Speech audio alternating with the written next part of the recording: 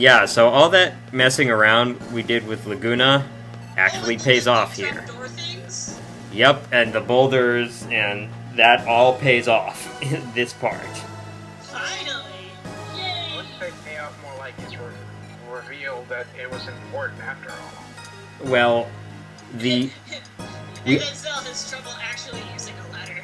Well, the point that you needed to go to was not obvious. Anyway, we already walked over a boulder and we wouldn't have been able to get past that point if, What was this? Confused? Yes, and I was wondering why Selphie couldn't draw it, and the reason was because she did not have the draw command equipped. So yeah, we already walked over a boulder, and if that boulder had not been there, here's the other boulder, then we just would have been stuck at that point and not able to go on.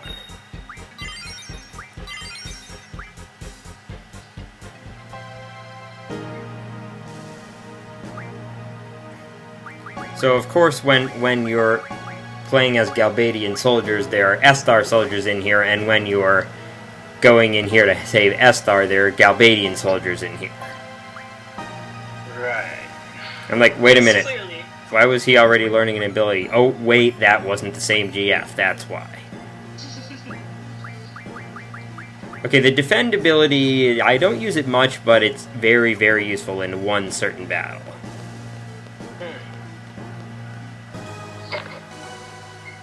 Because there is a certain attack that, as H.C. Bailey would say, will kill you.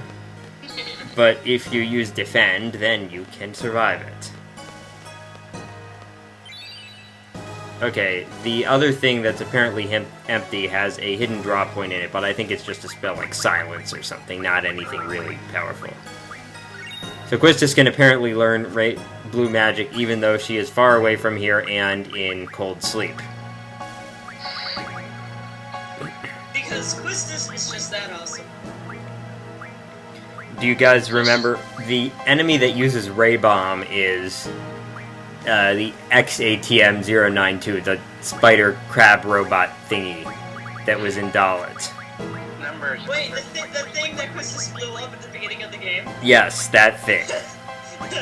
Finally, we have learned its secrets. And how fitting that they go to the person that blew it up. Yeah, she has most of her blue magic now, just 5 things to learn. Nice. Awesome. Because Oh. blue magic is the best magic. Another cool item. This is the last issue of Combat King. I think I'm missing one, but I'll be able to get it later.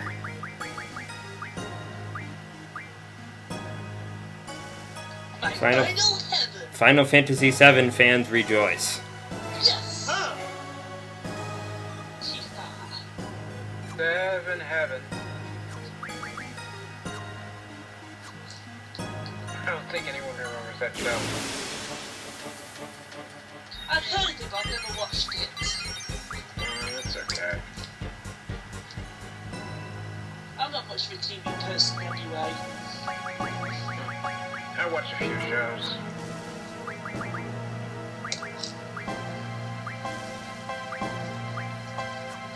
Let's see, Castle just ended. Or it just ended its season. That's a funny show, I like it. Because it has Nathan Fillion from Firefly. Watch all of his work. Oh, there's one episode where it was like the Halloween episode one year. By the way, I just found an Ultima drop point. That is the strongest spell in the game for junctioning, Ultima. Nice. I think that's why it's called Ultima. It's also the strongest spell in the game for beating people up with, or blowing people up with, really. Yeah, there's one episode where at the beginning you see him dressed up in like a brown coat outfit, and he, goes into a room where his daughter is, and his daughter says, "What's that supposed to be?" And he's like, "I'm a space cowboy." And she says, "Okay, number 1, there are no cows in space, and number 2, didn't you wear that like 5 years ago?" Oh, we can make space cows of aliens. The point is that the show Firefly was on, approximately 5 years before that. And he's like, but I like it. I didn't know that item was there, but a Love G increases a character's compatibility with every GF. Really? Oh, Useful. Not that practical in my opinion, because you're not going to have a character junction to every GF. True. Yeah. is it even possible to? Yes, it is. Okay. But you wouldn't want to do it because then there would be no GFs for the rest of the characters. Yeah, but then only one character would be without any memories whatsoever. But whose memories would you sacrifice? That is a good question. Zell, he's a scatterbrain anyway. Poor Zell. All he would have left is hot dogs. Well, actually, I mean, it's not like they erase all of your memories. They just put holes in your memory. According to the story, only the important ones. Actually, it's not made clear how much, but yes, I see what you're saying. Well, especially with like all the flashback stuff about Matron. Yeah.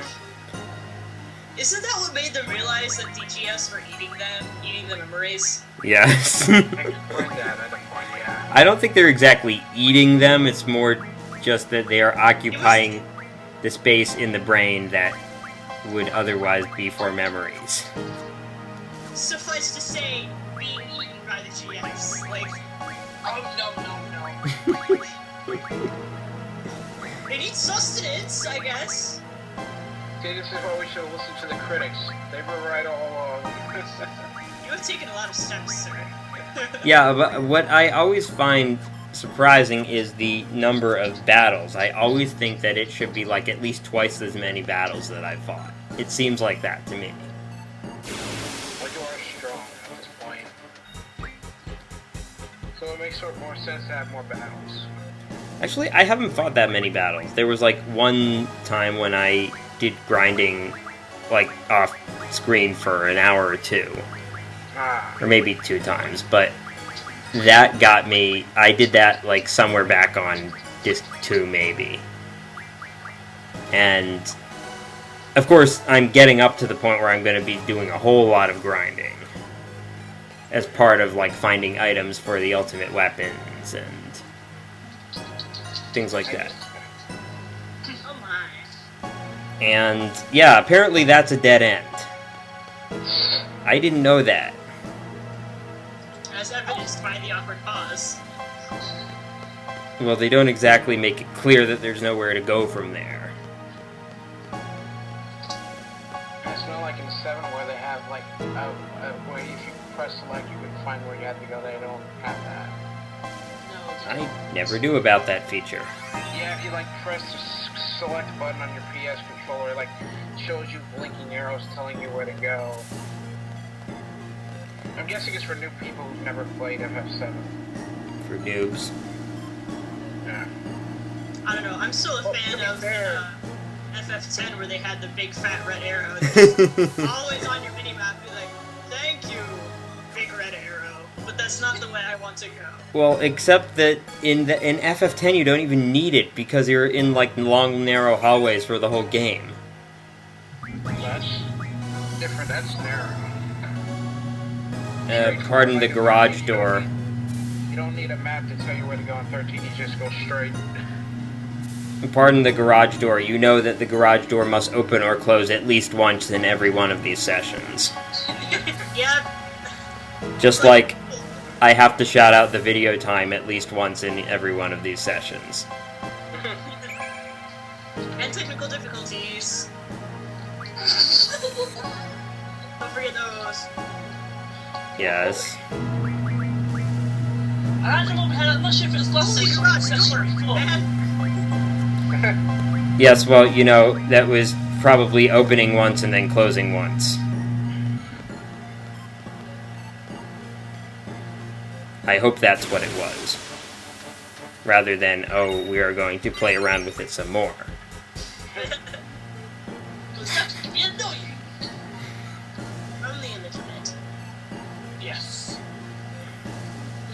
least we consider that we've had a garage cameo. Garage missed cameo in every episode. Well, every session, anyway. Not necessarily every episode, because that would be really silly. So this is where you have to go. What the hell is that? Well, no time to be pondering. Let's do it! Almost verbatim. My body, I can't move? Or they could teleport us. Rejected. Oh, without your face. And that is what you call Oh, I missed. Actually, it looks a little bit like the statues from 13 again. You know, the ones you can see. Damn it! Yeah. Kills me to let him go. No, I don't know. Well, if you played 13 through, you know what I'm talking about. I've seen 13 through, I just don't remember what you're referring to. As spoilers, near the end of the game, you like see these statues and they're like have the spears and stuff, and you use them in that like weird temple place. You mean Orphan's Cradle? Yes, those statues. Alright, so here's Lunatic Pandora reaching its destination, which is Tears Point. Speaking of statues. It's kind of creepy. It is, yeah. Yes, that is the intended effect. They're always creepy. And Zell is shaking. Majorly. I'm gonna cry. Let's head back. So what is a baby? it kind of reminds me of Yeah. Oh, yeah. Well, just yes, of course, somehow.